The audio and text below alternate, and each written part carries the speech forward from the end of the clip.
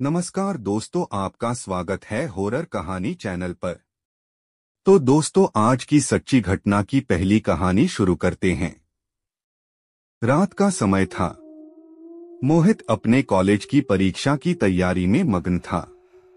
उसकी पढ़ाई का समय रात ही होता था, जब सन्नाटा होता और कोई उसे डिस्टर्ब नहीं करता।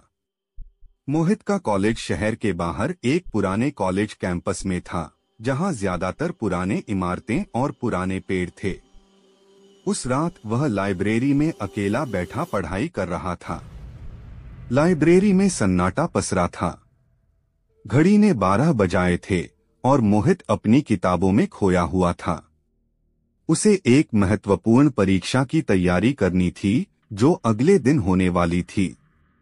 उसने अपनी नोटबुक और किताबें फैला रखी थीं और अपनी कलम के साथ महत्वपूर्ण नोट्स बना रहा था। जैसे ही मोहित ने एक और पन्ना पलटा, उसे लगा कि किसी ने उसके कान के पास फुसफुसाया। उसने चौंक कर इधर उधर देखा, लेकिन कोई नहीं था। उसने सोचा कि शायद यह उसका वहम होगा और फिर से पढ़ाई में लग गया। करीब आधे घंटे बाद उसने महसूस किया कि उसके पीछे कोई खड़ा है। वह धीरे धीरे मुड़ा, लेकिन वहां कोई नहीं था। मोहित का दिल तेजी से धड़कने लगा। उसने सोचा कि शायद यह उसकी थकान का असर है और खुद को संभालते हुए फिर से पढ़ाई में ध्यान केंद्रित किया। अब तक मोहित को थोड़ा डर लगने लगा था। तभी उसने देखा कि उसकी नोटबुक अपने आप पन्ने पलटने लगी। यह देखकर वह घबरा गया और तेजी से अपनी नोटबुक बंद कर दी। उसकी सांसें तेज हो गई थीं। उसने सोचा कि शायद यह हवा का झोंका हो, लेकिन लाइब्रेरी के सारे खिड़की और दरवाजे बंद थे। मोहित ने अपने दोस्तों से सुना था कि इस लाइब्रेरी में पहले एक लड़की ने आत्महत्या की थी। वह लड़की भी एक होनहार छात्रा थी, जिसने परीक्षा के दबाव में आकर अपनी जान दे दी थी। कहते हैं कि उसकी आत्मा अभी भी यहाँ भटकती है और जो भी अकेले में यहाँ पढ़ाई करता है, उसे परेशान करती है। जैसे ही मोहित इन बातों के बारे में सोच रहा था, उसने देखा कि लाइब्रेरी के एक कोने में एक धुंधली परछाई दिखाई दी। वह परछाई धीरे धीरे उसकी तरफ बढ़ने लगी। मोहित के पैर कांपने लगे और उसने हिम्मत जुटाकर अपनी जगह से उठना चाहा, लेकिन उसका शरीर जैसे जम सा गया था। वह परछाई अब स्पष्ट रूप से एक लड़की की थी, जो सफेद कपड़ों में थी और उसके चेहरे पर दर्द और गुस्से का मिलाजुला भाव था। वह धीरे धीरे मोहित के पास आई और उसके कान में फुसफुसाकर कुछ कहा। मोहित ने सुना कि वह कह रही थी, मुझे मेरी परीक्षा पूरी करनी है। मोहित ने अपनी पूरी ताकत से खुद को उस डरावनी स्थिति से बाहर निकालने की कोशिश की।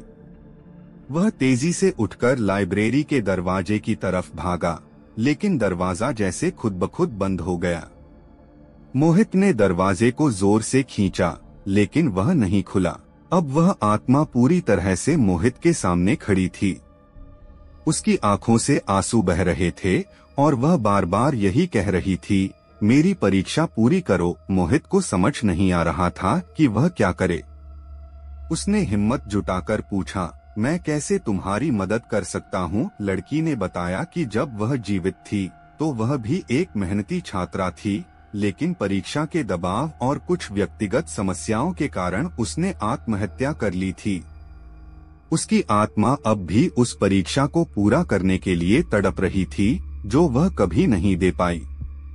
मोहित ने हिम्मत जुटाकर कहा, ठीक है, मैं तुम्हारी परीक्षा पूरी करूंगा। उसने लड़की से उसकी किताबें और नोट्स मांगे। लड़की ने एक धुंधली सी नोटबुक और पेन उसके सामने रख दिए। मोहित ने वह नोटबुक उठाई और उसमें लिखे सवालों को पढ़ने लगा। सवाल काफी कठिन थे, लेकिन मोहित ने अपनी पूरी कोशिश की और धीरे धीरे उन सवालों के जवाब लिखने लगा। जैसे जैसे वह लिखता गया, लड़की की आत्मा की तड़प कम होती गई और उसके चेहरे पर शांति का भाव आने लगा। जब मोहित ने आखिरी सवाल का जवाब लिखा, तो लड़की की आत्मा ने मुस्कुराकर उसे धन्यवाद कहा और धीरे धीरे गायब हो गई। मोहित के पास अब वह नोटबुक थी जिसमें उसने आत्मा की परीक्षा के सारे जवाब लिखे थे। जैसे ही लड़की की आत्मा गायब हुई, लाइब्रेरी का दरवाजा अपने आप खुल गया। मोहित ने तेजी से बाहर निकलकर लाइब्रेरी का दरवाजा बंद कर दिया और वापस अपने कमरे में चला गया। अगले दिन मोहित ने अपनी परीक्षा दी और उसमें अच्छे अंक प्राप्त किए, लेकिन उसने उस नोटबुक को हमेशा अपने पास रखा जिसमें उसने आत्मा की परीक्षा के जवाब लिखे थे। वह नोटबुक उसकी लाइब्रेरी की रात की खौफनाक घटना की याद दिलाती थी। मोहित के लिए वह रात कभी नहीं भूलने वाली थी, लेकिन उसे नहीं पता था कि यह सिर्फ एक शुरुआत थी। कुछ हफ्तों बाद मोहित के दोस्त आदित्य ने उससे पूछा कि क्या वह रात में लाइब्रेरी में पढ़ाई करने में उसकी मदद कर सकता है। आदित्य को भी एक कठिन परीक्षा की तैयारी करनी थी और उसे मोहित के अनुभव के बारे में कुछ भी नहीं पता था। मोहित ने आदित्य को मना करने की कोशिश की, लेकिन आदित्य ने जोर देकर कहा कि वह अकेले नहीं जाना चाहता।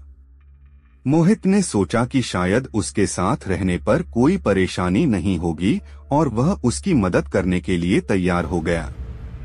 दोनों दोस्त रात 11 बजे लाइब्रेरी पहुंचे।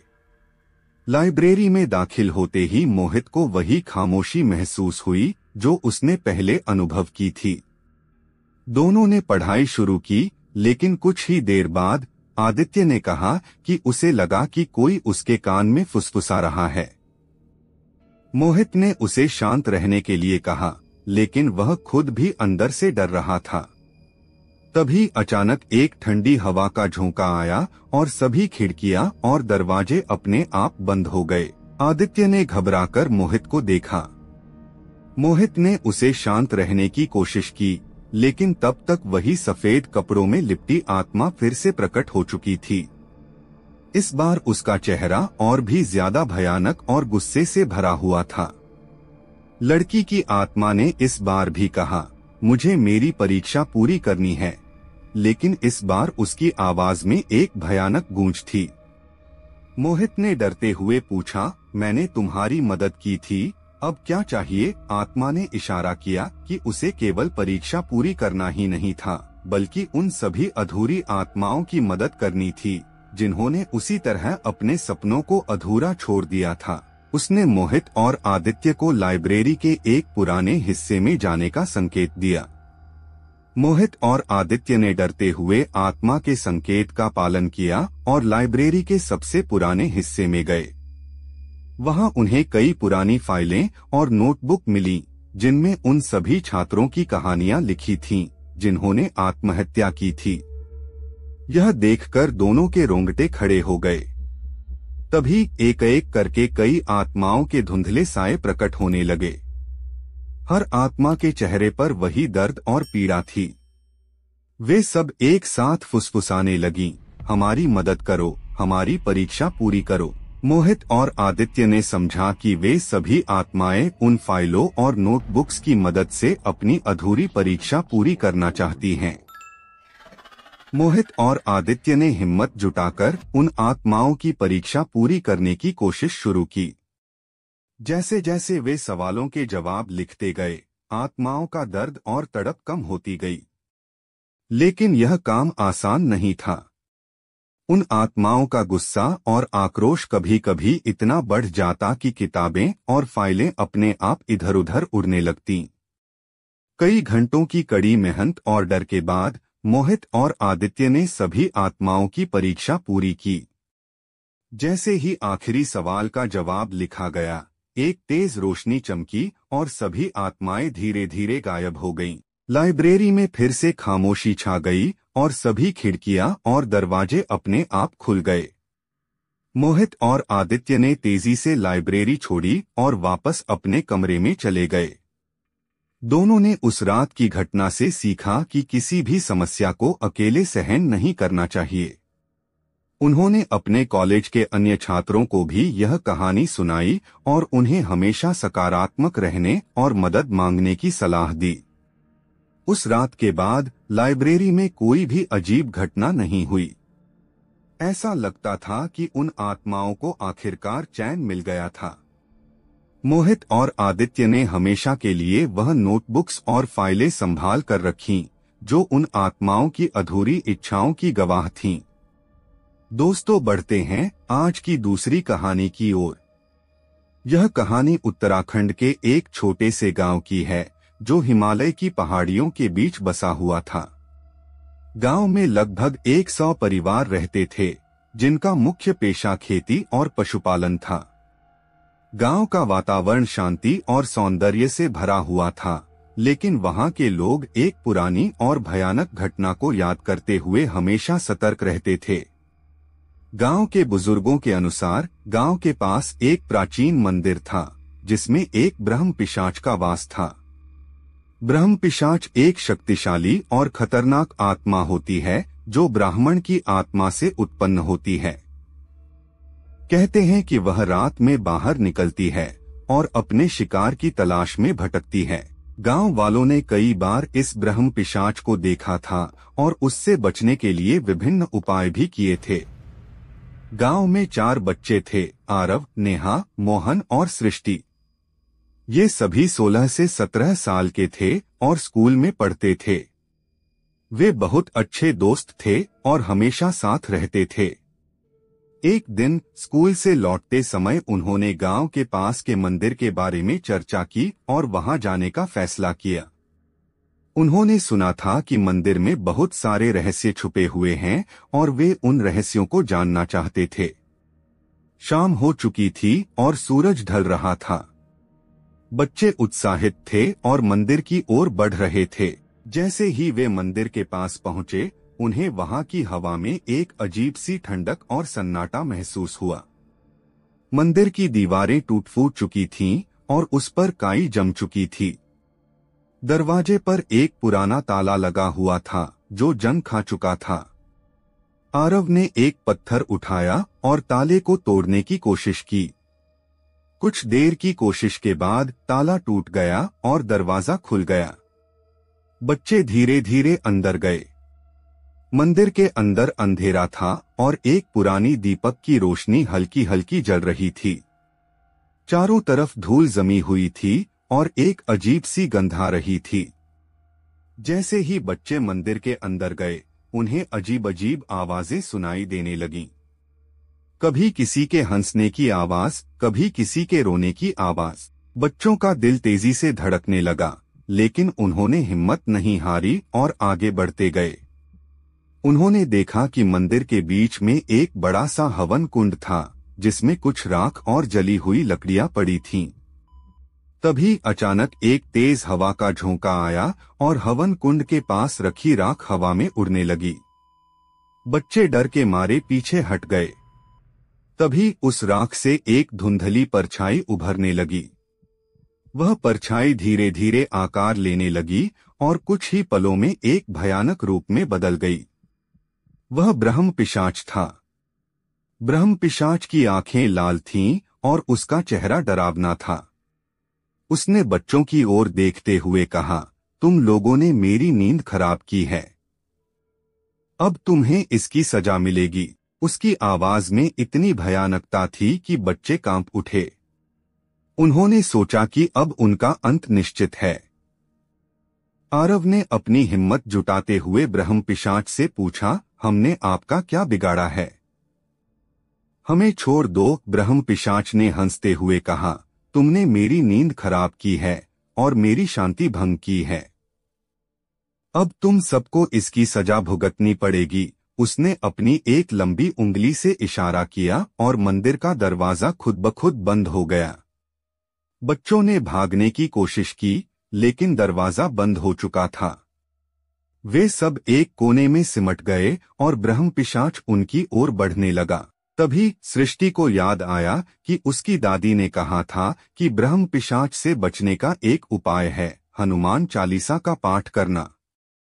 उसने तुरंत अपनी आंखें बंद कीं और हनुमान चालीसा का पाठ शुरू कर दिया।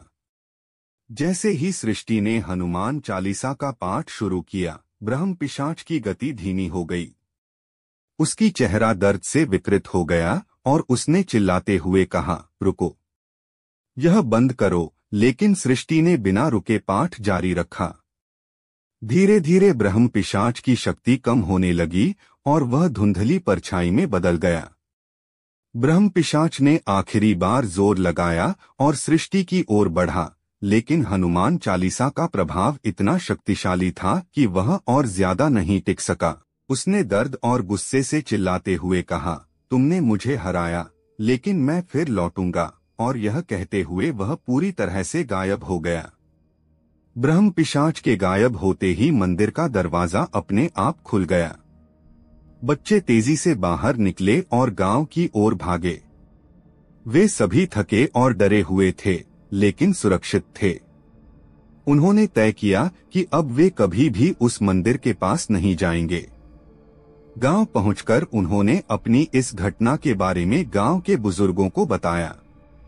बुजुर्गों ने उनकी बातों को ध्यान से सुना और फिर उन्हें समझाया कि ब्रह्म पिशाच की आत्मा को शांति देने के लिए उस मंदिर में एक विशेष पूजा करनी होगी। गांव के सभी लोग मिलकर उस मंदिर में गए और वहां एक विशेष पूजा का आयोजन किया गया। उस पूजा में हवन, मंत्रोच्चार और हनुमान चालीसा का पाठ किया गया। पूजा के बाद गांव वालों ने महसूस किया कि मंदिर का वातावरण अब पहले जैसा नहीं रहा। वह ठंडक और सन्नाटा गायब हो गया था और वहां एक शांति और पवित्रता का अनुभव हो रहा था।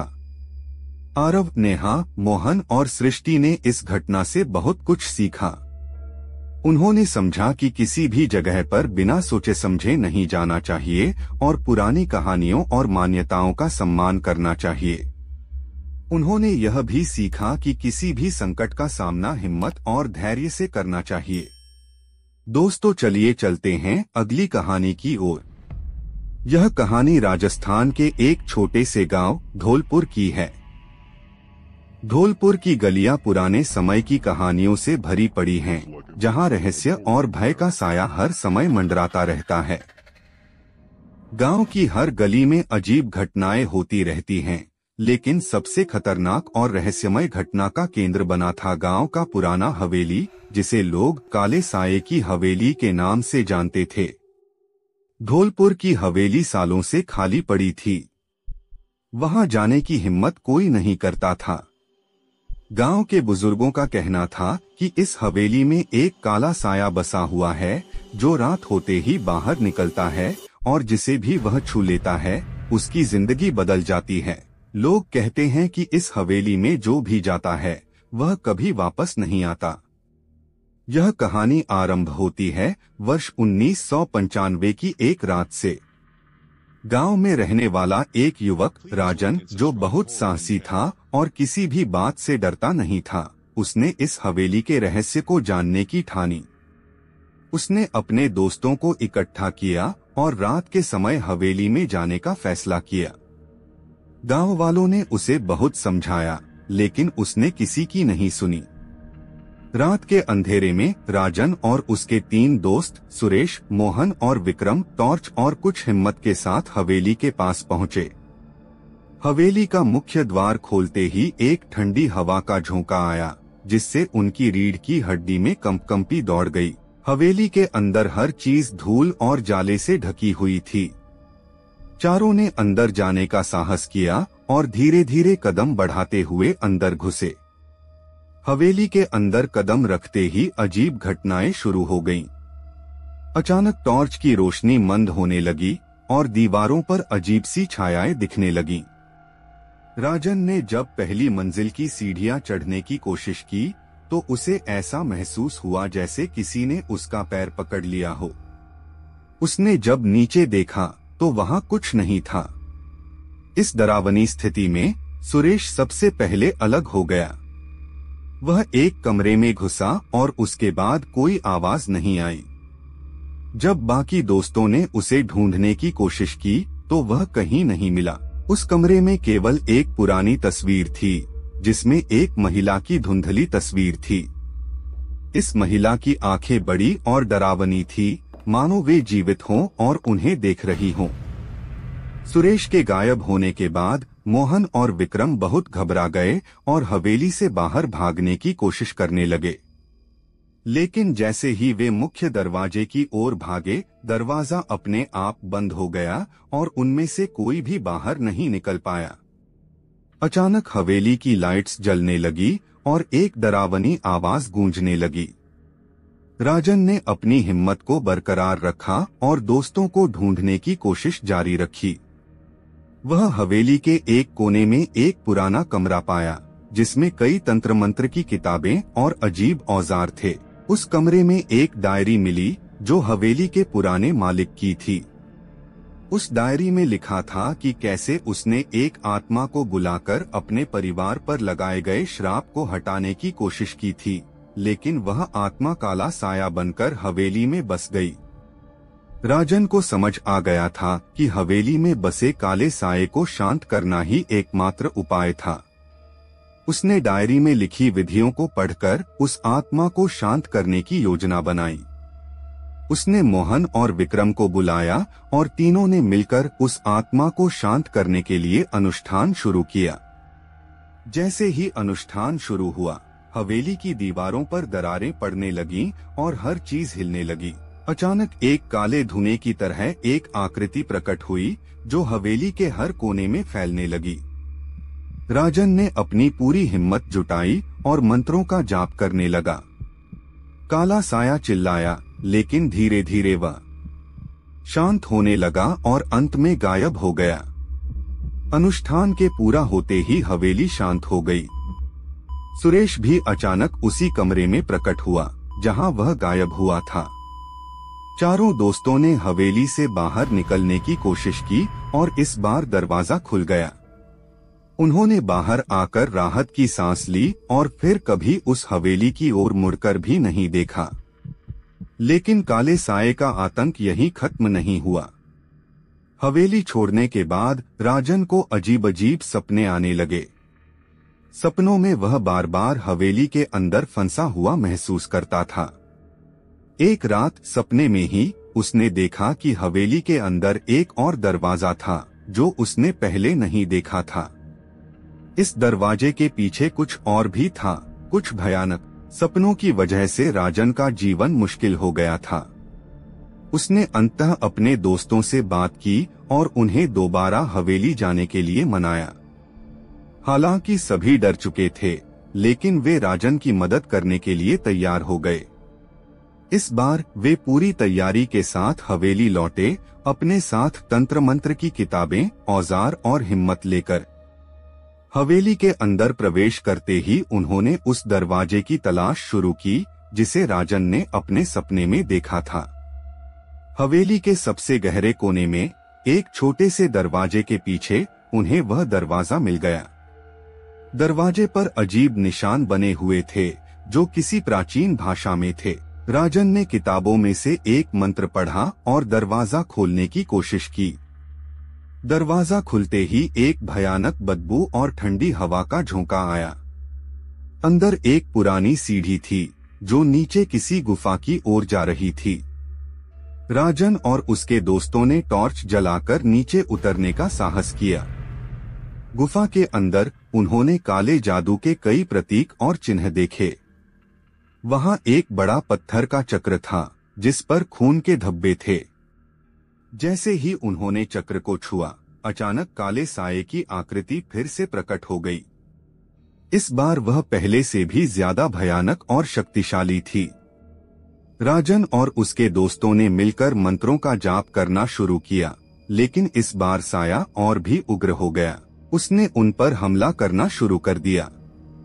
इस भयानक संघर्ष के दौरान विक्रम ने देखा कि साये को शांत करने का एक ही तरीका था, स्वयं का बलिदान। उसने अपनी जान की परवाह किए बिना उस चक्र के अंदर जाकर बैठ गया और मंत्रों का जाप करने लगा। धीरे धीरे काले साये ने विक्रम को घेर लिया और उसे निगलने लगा। विक्रम के बलिदान के बाद काला साया धीरे धीरे गायब हो गया। हवेली में फिर से शांति छा गई। राजन और उसके दोस्तों ने विक्रम के बलिदान को नमन किया और उसकी याद में हवेली के बाहर एक स्मारक बनाया। धौलपुर गांव में हवेली की कहानियों का अंत हो गया, लेकिन विक्रम का बलिदान हमेशा याद रखा गया। राजन और उसके दोस्तों ने फिर कभी उस हवेली की ओर मुड़कर नहीं देखा, लेकिन विक्रम की यादें हमेशा उनके दिलों में बसी रहीं। इस घटना के बाद गांव में कोई भी व्यक्ति हवेली के पास जाने की हिम्मत नहीं करता था। काले साये का आतंक समाप्त हो गया था, लेकिन उसके बारे में कहानियां हमेशा लोगों के दिलों में बसी रहेंगी।